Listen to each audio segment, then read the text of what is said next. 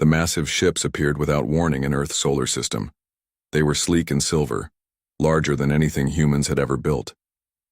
27 vessels hung in the darkness of space like sleeping giants, their hulls reflecting the distant light of the sun.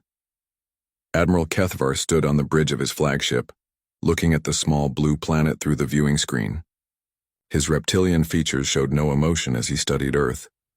This would be conquest number 10,847 for the Zephyrian Galactic Empire. Just another primitive world to add to their collection. Admiral, his communications officer said, "We are receiving a transmission from the planet." Kethvar nodded. This was always how it started. The primitives would beg, cry, or offer their wealth. Then they would submit, like all the others. The screen flickered and showed a human woman in a blue military uniform. She had short black hair and calm dark eyes. Behind her, Kethvar could see what looked like a command center with other humans working at various stations. "I am Admiral Sarah Chen of the United Earth Defense Coalition," the woman said. Her voice was steady and professional. "You have entered our solar system without permission. State your purpose." Kethvar was surprised. Most species cowered when they saw his ships. This human seemed completely unafraid. He straightened his 7-foot frame and spoke with the authority of someone who had conquered 1,000 worlds. "I am Admiral Kethvar of the Zephyrian Galactic Empire. Your world has been selected for integration into our great civilization. You will surrender all military forces immediately. Your leaders will report to me within 1 standard day to discuss terms of your submission." Admiral Chen listened without showing any emotion. When he finished, she was quiet for a moment. Then she spoke. "Thank you for the information, Admiral Kethvar. However, humanity must respectfully decline your offer. We suggest you leave our system within 72 hours. The bridge of Kethvar's flagship fell silent. His officers looked at each other in confusion. In over 300 years of conquest, no species had ever simply said no. "Perhaps you do not understand," Kethvar said slowly. "We have 27 warships. Each one can destroy your cities from orbit. Your primitive weapons cannot harm us. Surrender now, and your people will be treated well as subjects of the Empire." Admiral Chen nodded politely.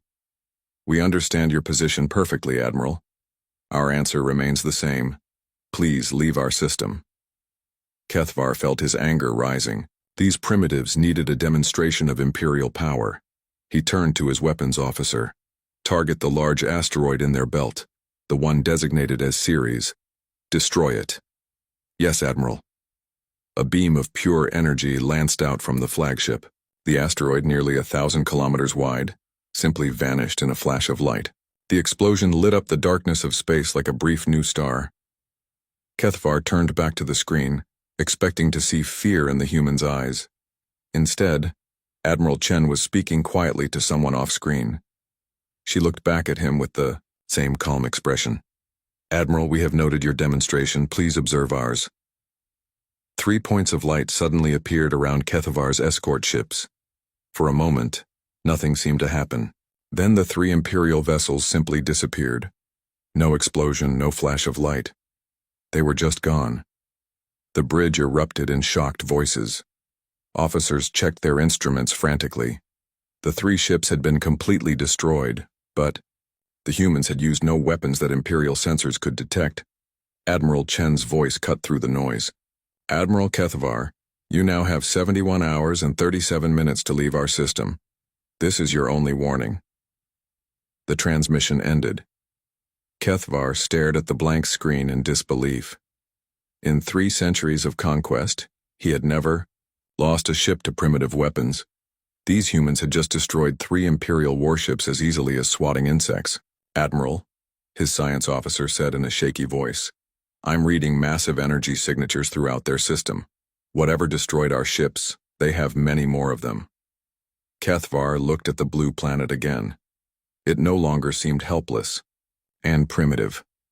Something was very wrong here. He had conquered worlds with technology far more advanced than what Earth appeared to have. Yet somehow these humans had weapons that could destroy Imperial ships without even being detected. "Send a message to High Command," he ordered. "Request immediate backup, full battle group." His communications officer hesitated. Admiral, requesting, backup for a primitive world will damage your reputation.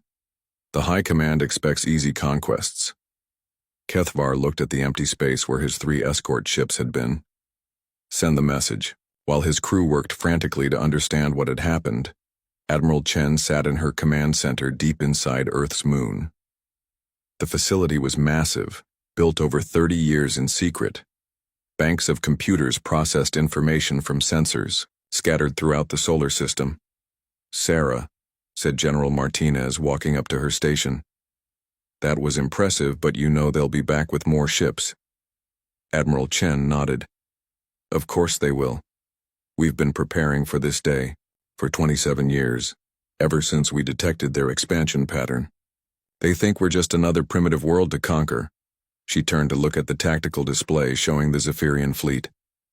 "They have no idea what humanity is capable of when we're threatened. They've spent centuries conquering species that gave up after the first show of force. They've never fought anyone who fights back." "The asteroid belt weapons performed perfectly," reported Colonel Park from the weapons station.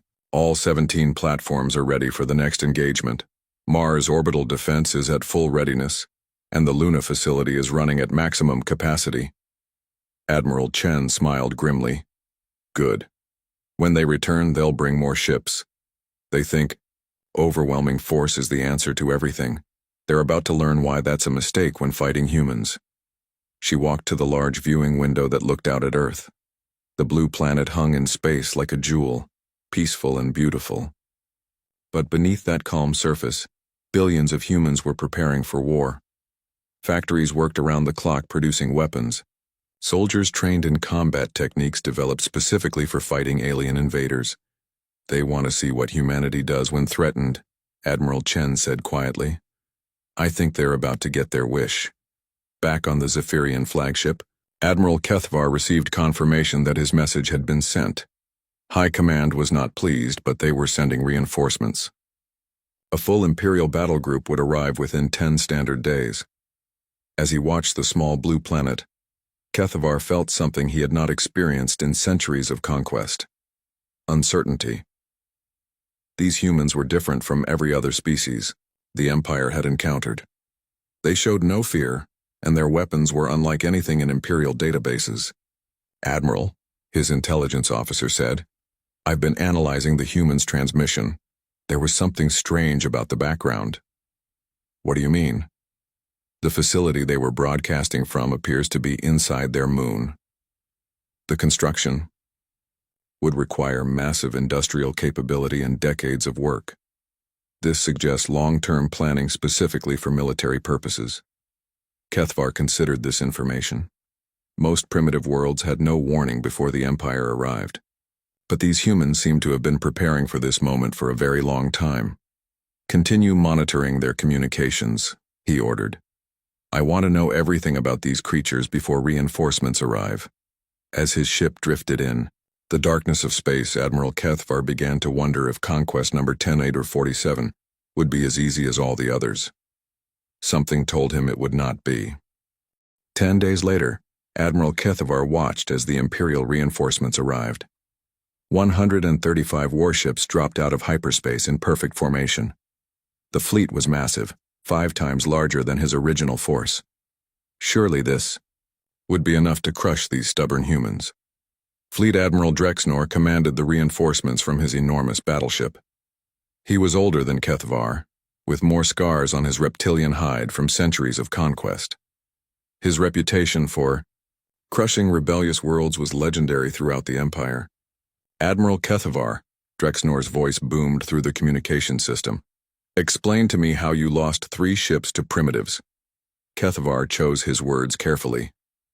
"Fleet Admiral, these humans are not typical primitives. They possess advanced weapons and show no fear of Imperial power. They have been preparing for our arrival for decades." Drexnor laughed, a harsh sound that made his bridge crew nervous. "Preparing? What could primitives possibly prepare that would threaten the Imperial fleet? Have you grown soft during your years of easy conquest?" Before Kethvar could respond, his communications officer interrupted. "Admirals, we are receiving a transmission from the human planet. Admiral Chen appeared on the screen again, still calm and professional. Behind her, the command center bustled with activity. She looked directly at Fleet Admiral Drexnor. "Fleet Admiral Drexnor of the Imperial 4th Battle Group," she said. "Welcome to our solar system. Your reputation precedes you. We know of your conquest of the Centauri colonies and the siege of New Titan." Drexnor was surprised that these primitives knew his service record, but he quickly recovered. "Then you know resistance is pointless. Surrender immediately, or I will demonstrate why 100 worlds have fallen before me." Admiral Chen nodded politely. "We have studied your tactical methods extensively, Fleet Admiral. Your preference for overwhelming frontal assault, your use of fear as a weapon, your habit of bombarding population centers to break enemy morale. Then you know you cannot win," Drexnor snarled. "Actually," Admiral Chen said, "we know exactly how to beat you. You see, Fleet Admiral, you have spent centuries fighting species that surrender when faced with superior numbers. You have never fought a species that treats warfare as evolution." The transmission ended before Drexnor could respond. He stared at the blank screen in fury. These primitives dared to lecture him about warfare? "All ships, attack formation," he commanded. "We will show these humans what happens to those who defy the Empire." The massive fleet moved toward Earth like a metallic storm. 135 warships spread out in the classic Imperial battle formation. It was a sight that had brought terror to 1,000 worlds, but as they approached the inner solar system, strange things began to happen. Ships on the fleet's edges reported brief energy readings, then nothing. Several vessels simply vanished without sending distress calls. Others reported their sensors being jammed by unknown sources. "Fleet Admiral," the tactical officer reported, "we have lost contact with 17 ships. No explosions detected. No enemy vessels sighted." Drexnor studied the tactical display with growing confusion. The missing ships had been spread across a wide area. What kind of weapons could strike so precisely without being detected? "Continue the advance," he ordered. "Maintain formation." As the Imperial fleet pushed deeper into the solar system, they entered what humans called the asteroid belt. To the aliens, it looked like empty space with scattered rocks. They had no idea they had just entered the largest minefield in human history. The attack began without warning. Asteroids that had seemed lifeless suddenly came to life, revealing hidden weapons platforms built into their rocky surfaces. Beams of energy lanced out from dozens of directions. But these were not the weapons platforms that concerned Admiral Chen. Those were just the distraction. The real weapons were invisible, moving through space like ghosts. Human ships, small and fast, using stealth technology that made them nearly impossible to detect. Each one carried enough firepower to cripple an Imperial cruiser. "Enemy ships decloaking," shouted the Imperial sensor officer. 50, no, 100. I count over 200 enemy vessels. But even as he spoke, many of the human ships were already fading back into invisibility. They would strike once, then vanish, then reappear somewhere else to strike again. Fleet Admiral Drexnor had never seen anything like it. The humans fought like no other species in Imperial records. They did not form battle lines or attempt to match firepower. Instead, they struck from everywhere at once, then disappeared before return fire could find them. "All ships, concentrate fire on the visible targets," Drexnor commanded, but there were no visible targets. The moment an Imperial ship locked weapons on a human vessel, it would vanish. Sometimes it would reappear behind the Imperial ship. Sometimes it would not reappear at all, leaving the aliens to wonder if it had been destroyed or was simply waiting for the perfect moment to strike again. The battle raged for hours, but it was unlike any battle the Imperial officers had ever experienced. They were being hunted. Every time they thought they had found the enemy, the humans would be somewhere else entirely. "Fleet Admiral," the damage control officer reported, "we have lost 68 ships. The humans appear to have lost only 12. Drexnor could not believe what he was hearing. His massive fleet was being systematically destroyed by an enemy they could barely see. Meanwhile, in the Lunar Command Center, Admiral Chen watched the battle with grim satisfaction. The human fleet was performing exactly as designed. Fast, invisible, deadly. Each ship was controlled by only a few crew members and advanced artificial intelligence. This allowed them to make maneuvers that would kill most organic beings. "Admiral," Colonel Park reported, "the aliens are trying to retreat to long range and bombard the planet directly." Admiral Chen smiled coldly. "Show them why that's a mistake." As the Imperial fleet pulled back, they discovered that Earth's moon was not what it seemed. The entire surface was covered with weapons platforms, all of them now coming online. Massive energy beams reached across space to strike at the retreating alien ships. But the moon was not the only surprise. Mars had been turned into a fortress world over the past 30 years. The red planet bristled with weapons that could reach across the solar system. Even the gas giant Jupiter had been surrounded with automated defense platforms. Fleet Admiral Drexenor realized with growing horror that the entire solar system was a trap. Every planet, every moon, every large asteroid had been turned into a weapon. The humans had not just been preparing for war. They had turned their entire home system into the galaxy's largest military base. "Fleet Admiral," his communications officer said with a trembling voice, "Admiral Chen is transmitting again." The human admiral appeared on the screen, but now she was not alone. Behind her stood other humans in military uniforms, all of them watching the battle with calm, professional interest. "Fleet Admiral Drexenor," Admiral Chen said, "you have now lost 70% of your fleet. We suggest you withdraw immediately." "This is impossible," Drexenor roared. "You are primitives. You cannot defeat the Imperial fleet." Admiral Chen's expression did not change. "Fleet Admiral, you made a fundamental error. You assumed that because we had not built a galactic empire, we did not understand warfare. The truth is, we understand it better than you do. You conquer through superior numbers and technology. We win through superior tactics and the will to fight." She paused, then continued in a voice that was completely calm but somehow terrifying. "You have seen what humanity does when we defend our home. Do not make the mistake of finding out what we do when we hunt." The transmission ended. "Fleet Admiral." Drexenor looked at his tactical display and saw his proud fleet reduced to scattered, damaged ships. In all his centuries of conquest, he had never imagined such a defeat was possible. "Signal the retreat," he said quietly. As the surviving Imperial ships limped away from Earth, Admiral Chen turned to her staff. "Send a message to all human colonies and deep space monitoring stations. Tell them the Empire knows we exist now. The next phase begins immediately." General Martinez looked at her with concern. "Sarah, they'll be back. And next time they'll bring their entire military." Admiral Chen nodded. "I'm counting on it. We've shown them we can defend ourselves. Now we need to show them what happens when they threaten humanity's future."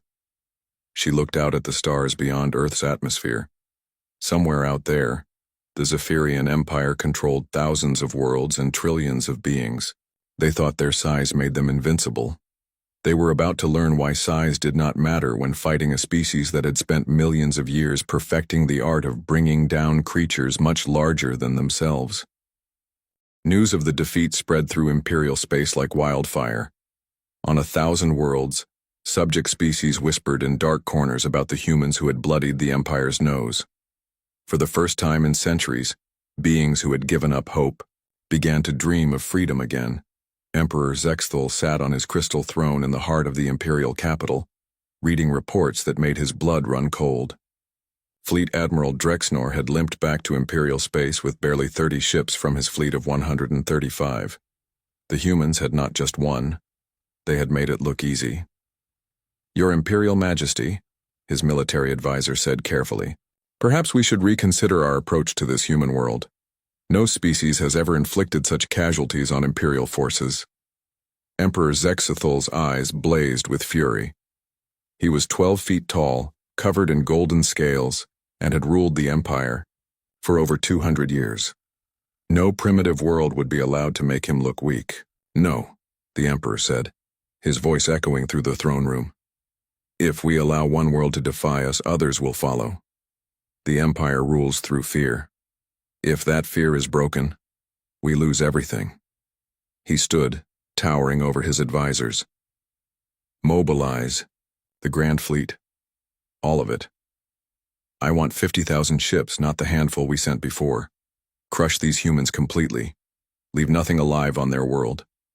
The advisors looked at each other nervously.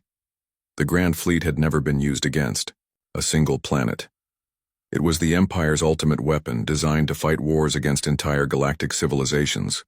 Your Majesty, the military advisor said, the Grand Fleet has not been assembled in over 50 years. It will take months to gather all the ships and crews. Then begin immediately, the Emperor commanded. I want the greatest military force in galactic history pointed at this insignificant little world. When we are done, no one will remember that humans ever existed. As preparations began across the Empire, intercepted human communications revealed something that made the Emperor's advisors even more nervous. The humans were not preparing to hide or run. Instead, they were talking about something they called Operation Endgame. On Earth, Admiral Chen stood before the largest gathering in human history. Every world leader, every military commander, every scientist working on the defense project was connected to the conference. The weight of their species' survival rested on the decisions made in the next few hours. The Emperor has mobilized their Grand Fleet, Admiral Chen announced. Our intelligence estimates 50,000 warships, possibly more. It is the largest military force ever assembled in galactic history, and it is coming here to destroy us. Completely. The room was silent. Even the most optimistic leaders understood what those numbers meant. Humanity had defeated Imperial forces before, but those had been small fleets. 50,000 ships was beyond anything they had prepared for. However, Admiral Chen continued, we are not the same species that hid from their first contact. For 30 years, we have been preparing for exactly this moment. Every human colony, every space station, every deep space facility has been working toward one goal: showing the galaxy what happens when you threaten our home. She activated a holographic display that showed the entire solar system. But it was not the solar system that the Empire had seen before. Hidden shipyards around Jupiter revealed themselves, showing massive construction projects that had been kept secret for decades. Mars opened up to reveal underground factories the size of continents. Even Earth's moon split open to show the true size of humanity's military base. Ladies and gentlemen, Admiral Chen said, I present Operation Endgame. For 30 years, we have been reverse engineering every piece of Imperial technology we could find. We have studied their tactics, their weaknesses, their psychology. We have built a fleet designed specifically to fight the Zephyrian Empire. The display showed human ships unlike any that had fought in the previous battles. These were not the small, fast vessels that had harassed Imperial forces. These were massive warships, each one incorporating technology from a dozen different alien civilizations, all improved with human innovation and human determination. How many ships? Asked General Martinez. Admiral Chen smiled grimly. 15,000 combat vessels, another 10,000 support ships, plus automated defense platforms, mobile weapons platforms, and the most advanced artificial intelligence network ever created. The room erupted in excited voices. President Williams of the North American Union raised her hand for quiet. Admiral, can 25,000 ships really stand against 50,000 Imperial warships? Admiral Chen's expression became deadly serious. Madam President, you are thinking like the Empire does. You are counting ships and comparing numbers. The Empire has spent centuries conquering through superior technology and overwhelming force. They have never fought a species that makes warfare into an art form. She walked to the holographic display and pointed to a section showing human fleet formations. The Empire builds their ships for intimidation and firepower. We build ours for killing Imperial ships. The Empire crews their vessels with millions of beings who surrender when things go badly. We crew ours with humans who would rather die than give up. The Empire fights to conquer. We fight to survive. She turned back to face the assembled leaders. But, most importantly, the Empire has never fought an enemy that adapts in real time. Every battle they have ever fought has followed the same pattern. Show up with bigger guns, demand surrender, crush any resistance. They have no experience with An enemy that learns from every engagement and implements improvements mid-battle. Admiral Chen activated another display showing human manufacturing capabilities. Our ships are designed to be rebuilt and upgraded rapidly. Our weapons can be modified between battles. Our tactics change based on what we learn about the enemy. When the Empire sends 50,000 ships against us, they will be fighting the same way they always have. We will be fighting in ways they cannot imagine. She paused, looking around the room at the faces of humanity's leaders. There is something else.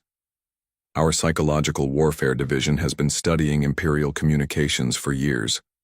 The Empire rules through fear, but that also makes them vulnerable to fear. They have never faced an enemy that refuses to be intimidated. They have no idea how to handle opponents who fight back harder when threatened. General Martinez stood up. Admiral, what happens if we lose? What happens to the human colonies, to Earth, to everything we have built? Admiral Chen was quiet for a moment. When she spoke, her voice carried the weight of absolute determination. General, we are not going to lose. The Empire thinks they are hunters coming after prey. They are about to discover that they are prey coming within reach of hunters. Humanity evolved as persistence predators. We are the species that chased mammoths across continents until they died of exhaustion. We are the species that turned warfare into science, art, and philosophy all at once. She looked out through the viewport at the stars beyond Earth. The Empire has never fought humans before. They are about to learn what that means. As the meeting broke up, Admiral Chen walked to her private office. On her desk was a message from Deep Space Monitoring Stations. The Imperial Grand Fleet had begun moving.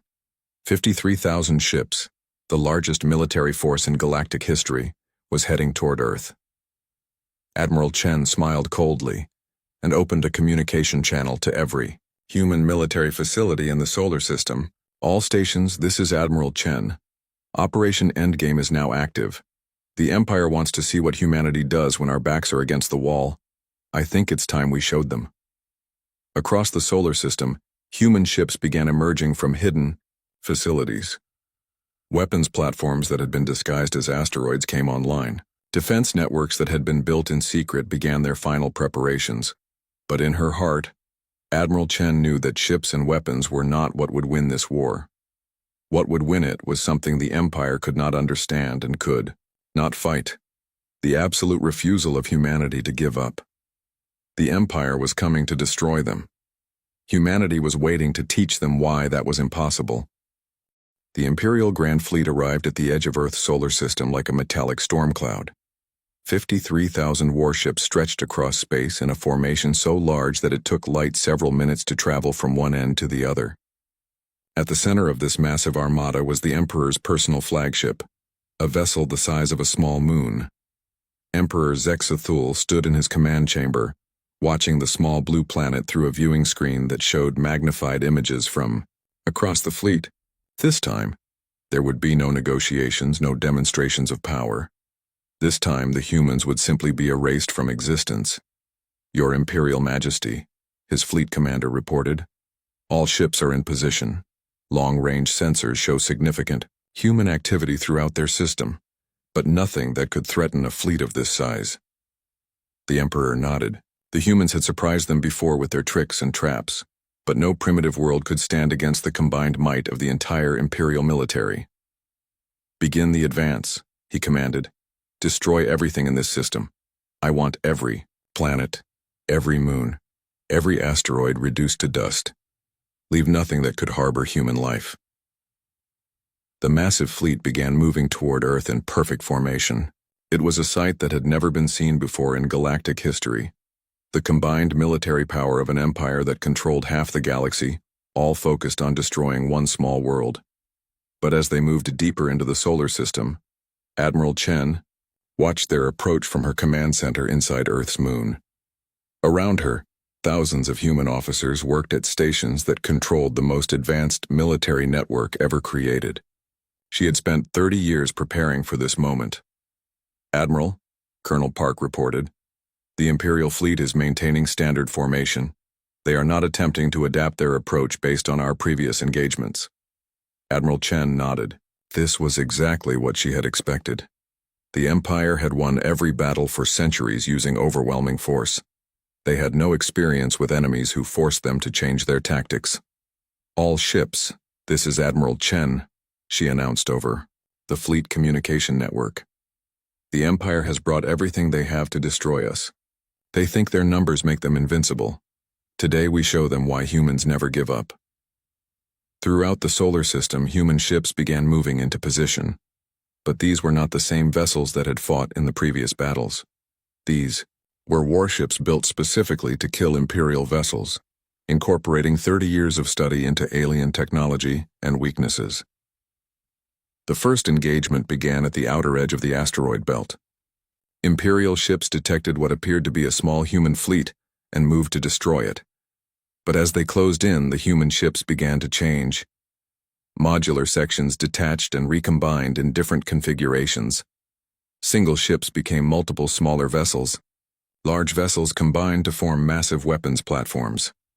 "What are they doing?" the Imperial Fleet commander asked as he watched human ships transform in real time. "Unknown, sir," his tactical officer replied. "Their vessels appear to be completely modular. They can adapt their configuration based on the tactical situation." But that was only the beginning of the surprises waiting for the Imperial fleet.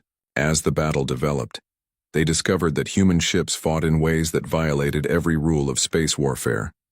They used their own damaged vessels as guided weapons, ramming them into Imperial ships at incredible speeds. They coordinated attacks across impossible distances with perfect timing.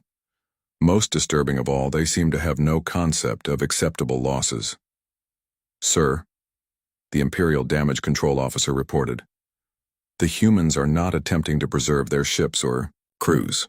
They are treating their own vessels as expendable weapons." Emperor Zexthul watched the battle unfold with growing disbelief. The humans were outnumbered more than 2-1, yet they were winning. Imperial ships designed to intimidate entire worlds were being systematically destroyed by an enemy that refused to follow any logical pattern. The human ships moved like living things, adapting their tactics moment by moment. When Imperial forces tried to surround them, they scattered and regrouped elsewhere. When the aliens attempted to use their superior numbers, humans turned the battlefield into a maze of debris and energy fields that made formations impossible. "Your Majesty," the fleet commander said nervously, "we have lost over 8,000 ships. The humans appear to have lost less than 2,000. Emperor Zexthul could not believe what he was hearing. His massive fleet was being defeated by primitives who should not even understand advanced technology. "All ships, maximum firepower," he commanded. "Ignore the human fleet.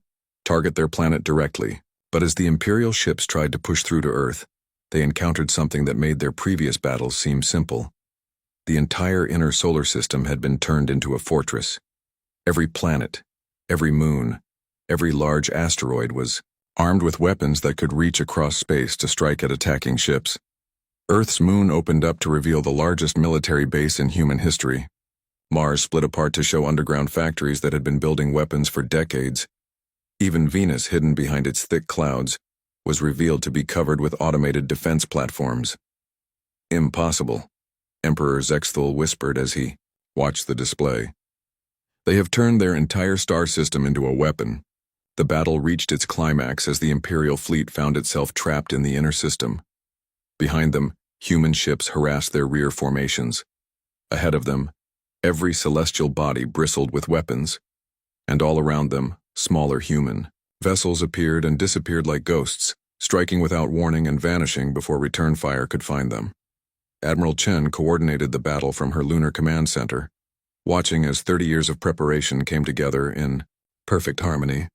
Human ships operated with minimal crews and advanced artificial intelligence, allowing them to make maneuvers that would kill most organic beings. When Imperial vessels tried to ram human ships, the humans rammed back harder. When the aliens tried to overwhelm them with numbers, humans used those numbers against them, creating confusion and friendly fire incidents throughout the Imperial fleet. "Admiral," General Martinez said, standing beside her command chair, "their formation is breaking apart. They are losing coordination." Admiral Chen watched as the massive Imperial fleet began to fall into chaos. Ships designed to fight in perfect formation were being forced to operate independently, Commanders who had spent centuries following standard tactics were faced with an enemy that had no standard tactics at all. "Signal all human vessels," Admiral Chen ordered. "Begin Phase 2. Throughout the solar system, human ships began implementing tactics that the Empire had never seen before. They stopped trying to engage in traditional space combat and instead began hunting Imperial vessels like predators stalking prey. Human ships would shadow Imperial vessels for hours, learning their patrol patterns and crew rotations, then strike. At the moment of maximum vulnerability, the psychological effect on Imperial forces was devastating. They had come expecting to fight a conventional battle against an outnumbered enemy. Instead, they found themselves being hunted by an enemy that seemed to know their every weakness and fear. "Your Majesty," the Imperial Communications Officer reported, "we are receiving surrender requests from over 200 of our own ships. Many commanders are requesting permission to withdraw." Emperor Zexthul stared at the tactical display in disbelief. His grand fleet, the pride of the Empire, was falling apart. Worse, intelligence reports were coming in from across Imperial space. News of the battle had spread, and subject worlds were beginning to rebel. "Sir," his intelligence advisor said quietly, "we are receiving reports of uprisings on 17 Imperial worlds. The subject species believe that if humans can defeat us, they can achieve freedom as well." For the first time in his long reign, Emperor Zexthul faced the possibility of complete defeat. The empire he had built through fear and intimidation was crumbling, because one small world had refused to be intimidated. As the battle raged around Earth, Admiral Chen received a priority message from deep space monitoring stations. Human colonies throughout the galaxy were reporting the same thing. Imperial forces were beginning to withdraw from frontier worlds to reinforce the core systems. "Admiral," Colonel Park said, "we are winning. The Empire is pulling back their forces throughout the galaxy." Admiral Chen looked at the tactical display showing the remains of the Imperial Grand Fleet.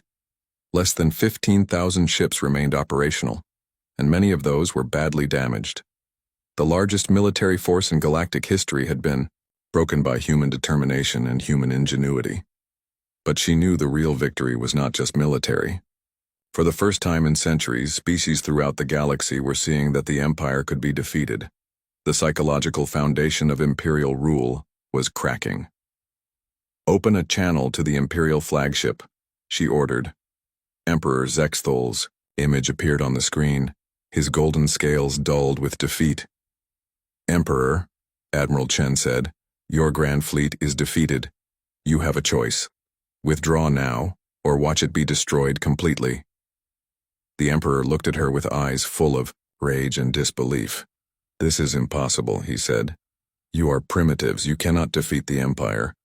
Emperor Zexthul sat in his throne room staring at reports that would have been unthinkable just weeks before. His Grand Fleet had limped back to Imperial space with fewer than 12,000 ships. More than 40,000 of the finest warships in galactic history had been destroyed or crippled by a single primitive world. But the military defeat was only the beginning of his problems. Across the Empire, subject worlds were rising in rebellion. Species that had been crushed centuries ago were suddenly finding the courage to fight back. The impossible victory of humanity had shattered the myth of Imperial invincibility. "Your Imperial Majesty," his intelligence minister reported, "we now have active rebellions on over 300 worlds. The subject species believe that if humans can defeat us, they can win their freedom as well." The Emperor closed his eyes. In 200 years of rule, he had never faced a crisis like this. The Empire had been built on fear, and that fear was evaporating like mist in sunlight. "What do our spies report about human capabilities?" he asked. The intelligence minister hesitated. "Your Majesty, our analysis suggests that humanity has been reverse engineering Imperial technology at an unprecedented rate. Their shipyards are producing vessels that incorporate the best features of dozens of different species, all improved with human innovations. How long before their technology surpasses ours?" "Conservative estimates suggest 5 years, Your Majesty. Optimistic projections give us perhaps 3 years before human ships are superior to ours in every category." Emperor Zexthul felt a chill run down his spine. In 5 years, these impossible humans would have technology that surpassed the empires. In 10 years, they might have a fleet capable of threatening the imperial capital itself. "Summon the War Council," he commanded. "We must decide how to deal with this threat before it grows beyond our ability to contain." But before the War Council could convene, something unprecedented happened. Every communication system in the Imperial Palace activated at once. Screens throughout the building displayed the same image. Admiral Sarah Chen, sitting calmly in her lunar command center. "Citizens of the Zephyrian Empire," Admiral Chen said, her voice carrying across the capital city and to every world in Imperial space. "I am Admiral Sarah Chen of the United Earth Defense Coalition. I have a message for your leaders." Emperor Zexthul watched in horror as his own communication networks were used against him. The humans had not just defeated his fleet, they had penetrated the most secure systems in the Empire. Admiral Chen continued speaking, her voice calm and professional. "For centuries, your empire has conquered worlds through intimidation and overwhelming force. You have enslaved species, destroyed civilizations, and spread fear throughout the galaxy. Today, that ends." She paused, looking directly at the camera, as if she could see Emperor Zexthul in his throne room. "Emperor Zexthul, humanity hereby delivers an ultimatum to the Zephyrian Empire. You have 30 standard days to comply with the following terms. First, you will immediately cease all expansion activities and release all species conquered in the past 50 years. Second, you will withdraw Imperial forces to your original territory and dissolve all occupation governments. Third, you will pay reparations to every world you have damaged." The throne room fell silent. Emperor Zexthul could not believe what he was hearing. A primitive world was dictating terms to the Empire. Admiral Chen's voice continued, carrying a note of cold certainty. "If you refuse these terms, humanity will bring the war to Imperial space. And I promise you, Emperor, we fight very differently when we are the hunters instead of the prey." To demonstrate their reach, Admiral Chen activated a tactical display that showed the location of every major Imperial world. As she spoke, dots of light appeared around 12 different planets, including the Imperial capital itself. "As you can see," Admiral Chen said, "human ships are already in position throughout your territory. We have been studying your defenses for years. We know where your shipyards are located, where your supply lines run, which worlds are critical to your economy." The dots of light faded, but the message was clear. Nowhere in the Empire was truly safe. "You have 30 days, Admiral Chen repeated. "Use them wisely." The transmission ended, leaving Emperor Zexthul staring at a blank screen. In his throne room, advisors looked at each other with barely concealed panic. The impossible had happened. The Empire was being threatened by a species they had tried to conquer. "Your Majesty," his military advisor said carefully, "the human ships that appeared around our worlds, they were only detected for moments before vanishing. Our defenses could not track them." Emperor Zexthul realized the terrible truth. The humans had not just defeated his grand fleet. They had been preparing for this moment for decades, studying Imperial weaknesses and building the tools needed to destroy his empire. Over the following days, reports poured in from across Imperial space. Human ships appeared without warning around critical facilities, scanned defensive positions, then vanished before Imperial forces could respond. The message was clear. Humanity could strike anywhere, anytime. But the psychological warfare was even more effective than the military demonstrations. News of humanity's ultimatum spread throughout the Empire faster than official communications could contain it. On world after world, subject species began to whisper about the impossible humans who had made the Empire tremble. "Your Majesty," the governor of the Rigel sector reported, "we are losing control. The subject species are openly discussing rebellion. Our own forces are questioning whether the Empire can protect them from human retaliation." Emperor Zexthul walked to the great window of his throne room and looked out at the Imperial capital. For 2 centuries, this world had been the center of the greatest empire in galactic history. Now, it felt like a target waiting for human weapons to find it. His communications officer interrupted his thoughts. "Your Majesty, We are receiving messages from sector governors throughout the Empire. Many are requesting permission to negotiate local truces with human forces. The Emperor turned back to his advisors. Are you telling me that Imperial governors want to surrender to primitives? Your Majesty, his intelligence minister said quietly, they are not primitives. Our analysis shows that humanity has developed technology and tactics that are in many ways superior to our own. More importantly, they possess something we have never encountered before: absolute determination. They do not surrender, they do not retreat, and they do not negotiate from weakness. Emperor Zexthul considered his options. He could refuse the human ultimatum and fight a war against an enemy that had already proven they could defeat Imperial forces. He could try to negotiate, but that would mean admitting that the Empire could be forced to bargain with its subjects. Or he could accept the ultimatum and watch his empire crumble as world after world declared independence. On Earth, Admiral Chen received reports from human intelligence networks throughout the galaxy. The Empire was fracturing. Rebellions were spreading faster than Imperial forces could contain them. Most importantly, the psychological foundation of Imperial rule was collapsing. Admiral, General Martinez said, our deep space monitors are detecting massive troop movements throughout Imperial space. They are pulling forces back from frontier worlds to protect core systems. Admiral Chen nodded. Good. Every ship they recall weakens their control over subject worlds. Every world that gains independence makes the Empire smaller and weaker. She walked to the great viewing window that looked out at Earth. The blue planet hung in space like a jewel.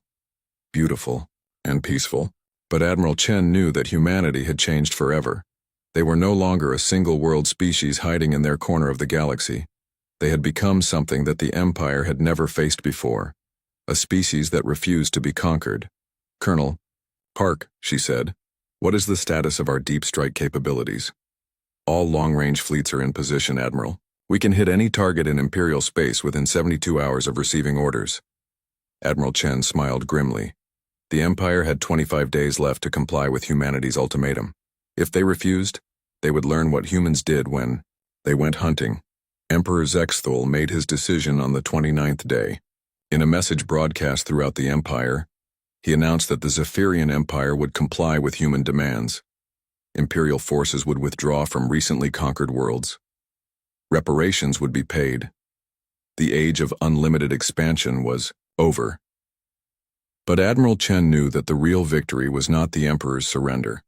The real victory was that species throughout the galaxy had seen the Empire defeated.